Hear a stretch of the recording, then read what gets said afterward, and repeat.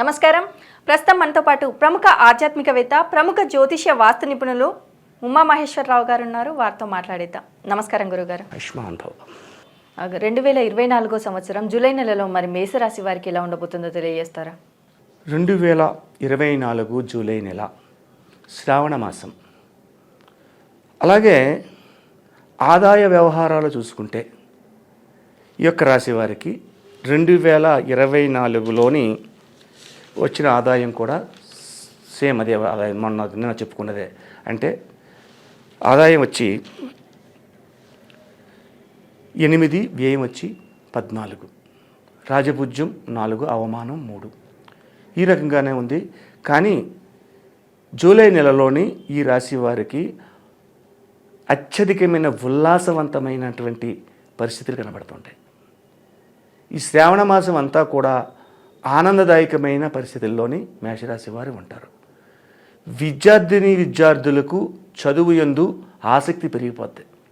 అంటే ఎప్పుడూ చదవాలి అనుకుంటారు.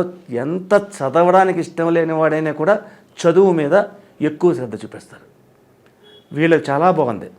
విద్యార్థులు, చదువుకునే అమ్మాయిలు కానీ అబ్బాయిలు కానీ చాలా ఉన్నతమైన స్థానానికి, ఉన్నతమైన శ్రేణిని పొందుతున్నారు.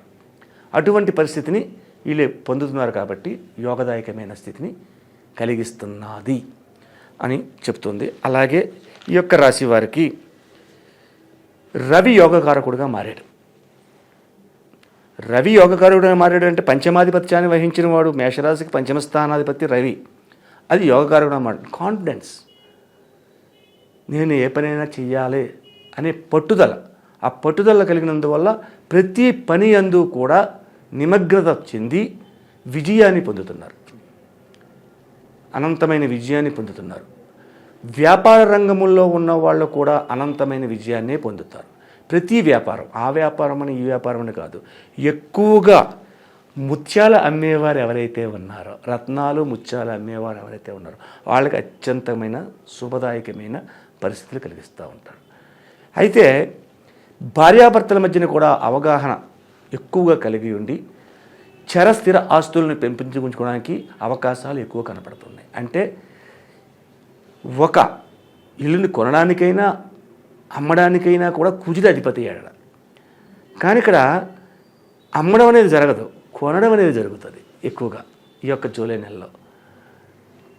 అలాగే జూన్, జూలై, ఆగస్టు ఈ 3 నెలల్లో కూడా శుభదాయకమైన ఫలితాలే మేషరాశి వారు.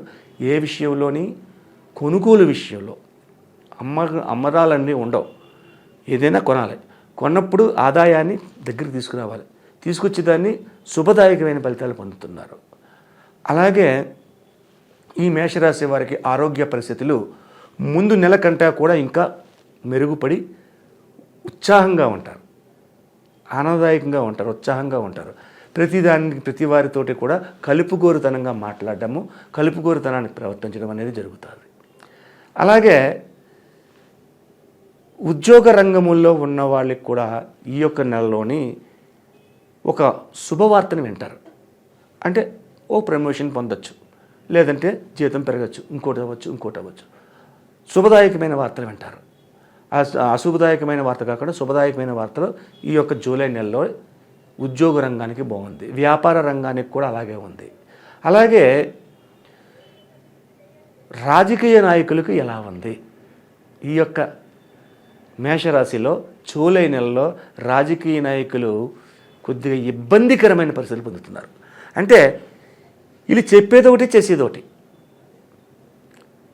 ప్రజలు నమ్మినంతసేపు బాగానే ఉంది, అదే నమ్మకపోతే తేడా వచ్చిందాడు. అటువంటి విధానంలో వీళ్ళు చెప్పేది ఎవరు నమ్మరు. వీళ్ళు చెప్పింది అబద్ధము, తేడతలం అయిపోతుంది. దానివలన ఇబ్బందికరమైన పరిస్థితులు రాజకీయ నాయకులు అందరూ కూడా, ఏ రంగంలో ఉన్న రాజకీయ నాయకుడైనా సరే ఇబ్బందికరమైన పరిస్థితులు పొందుతారు. ఈ ఇబ్బందికరమైన పరిస్థితులు పొందకుండా ఉండాలి. ఏం చేయాలి? రాజకీయ నాయకులే కాదు, ఈ మేషరాశిలో ఉన్న ప్రతి వారు కూడా ఈ జూలై నెలలో ఏం చేయాలి? జూలై నెలలోని శ్రావణ మాసంలో లక్ష్మీ వ్రతాన్ని చేస్తారు. అయితే కలువ పువ్వులని దొరుకుతాయి, ఎర్ర కలువను తేవాలి. కలువ పువ్వులు తెల్లవి ఉంటాయి, పచ్చవి ఉంటాయి, కానీ కాదు, ఎర్రటి కలువ పువ్వులు తీసుకొచ్చి ఒక గుడికి, లక్ష్మీదేవి గుడికి, ఒక హైదరాబాద్ ఉంది, అమీర్పేటలో ఒక లక్ష్మీదేవి మాత గుడి ఉంది, అమీర్పేట సెంటర్లో. అది చాలా ఫేమస్ టెంపుల్. అలాంటి గుడికి వెళ్ళి, అంటే గ్రామ దేవతలు కాదు నేను చెప్పింది, లక్ష్మీ టెంపుల్ కావాలి. లక్ష్మీ టెంపుల్కి వెళ్ళి శుక్రవారం నాడు కలువ పువ్వులను పెట్టి చక్ర పొంగలే అనేది కొద్దిగా ఎక్కువగా తయారు చేసుకుని, అది చక్కెర పొంగల్ని కూడా తీసుకెళ్ళి మడి కట్టుకుని చేయాలి.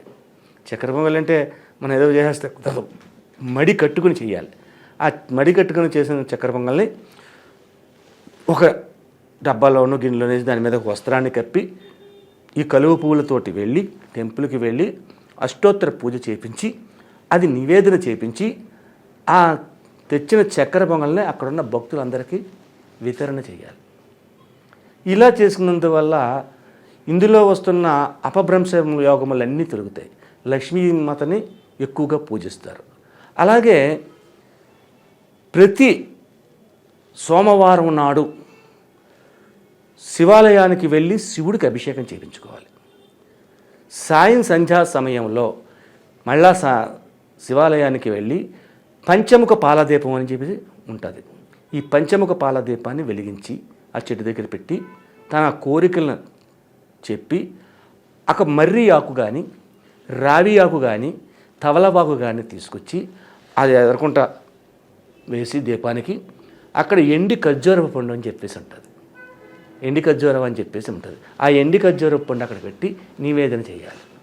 నివేదన చేసి మనసులో ఉన్న కోరికలను చెప్పి మళ్ళా శివాలయం లోపలికి వెళ్ళి ఆ శివాలయం దగ్గర కూర్చొని రామనామ జపం చేయాలి. శ్రీరామ జయ రామ జయ జయ రామ, ఇటువంటి రామనామ జపాన్ని ఎప్పుడైతే చేస్తారో సకల దోషాలు నివారణ జరిగి అనుకున్న పనుని శీఘ్రంగా చేసుకుని ప్రతి వ్యక్తితోటి కూడా ఉన్న చిన్న చిన్న సమస్యను కూడా, అంత చిన్న సమస్యను కూడా పరిష్కారం జరిగి అందరికీ కూడా శుభదాయకమైన ఫలితాలు పొందుతారని ఇది పద్మపురాణంలో చెప్పబడిన విధానం.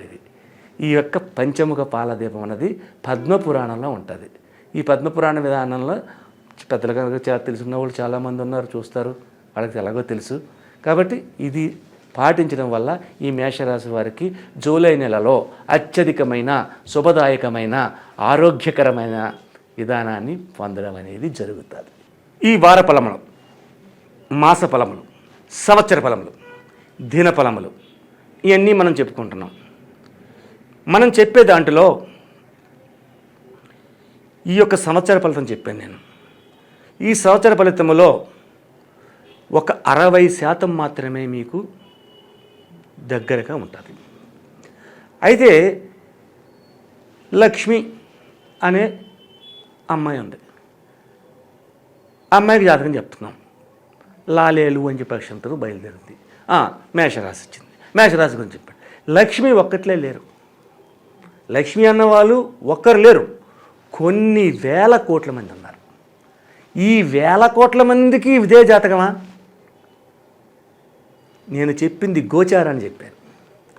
మీ యొక్క రాశి ఫలాన్ని కానీ, లగ్న ఫలాన్ని కానీ, లేకపోతే మీ నవాంశ చక్రం కానీ, రాశి చక్రం కానీ లేదు. గోచార చక్రాన్ని బట్టి నేను జాతకం చెప్పుకుంటూ వచ్చాను. కాబట్టి ఈ జాతకాల వల్ల నేను చెప్పిన పరిణామాల్లో 60% కరెక్ట్గా ఉన్నా, 40% మీకు నచ్చకపోయినా, నేను చెప్పిన పరిహారాలు, రెమెడీస్ తప్పనిసరిగా పాటించండి. లేదు మన పూర్తి జాతకాన్ని తెలుసుకోవాలి అని అంటే పర్సనల్గా కలవాలి. పర్సనల్గా కలిస్తే దానికి వచ్చిందంటే మీ రాశి, నవాంశ, ద్రేక్కాణం అనే చక్రాలు 8 చక్రాలు ఉంటాయి. ఈ 8 కుండలన్నీ పరీక్షిస్తాం. అది మీ జాతకమే.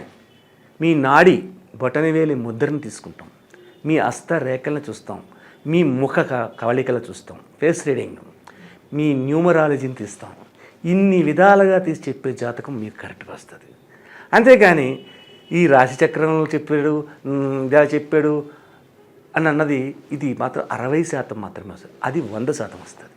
కాబట్టి ప్రతి ప్రేక్షకులందరూ కూడా దీనిని గమనించి పర్సనల్గా కలవడం కానీ, లేకపోతే ఫోన్లో తెలుసుకోవడం కానీ చేయడం వలసిందిగా కోరుతున్నాం. ఆయుష్మాన్ భవ. అలాగే గురువుగారు, మీరు గనక గురువుగారిని పర్సనల్గా కలవాలి అనేసి అనుకుంటే కింద స్క్రోల్ అవుతున్న నెంబర్కి కాల్ చేసి గురువుగారి అపాయింట్మెంట్ తీసుకోవచ్చు. సో ఇంకా లేట్ ఎందుకు, ఆలస్యం చేయకుండా గురువుగారికి కాల్ చేసేయండి. Thank you so much.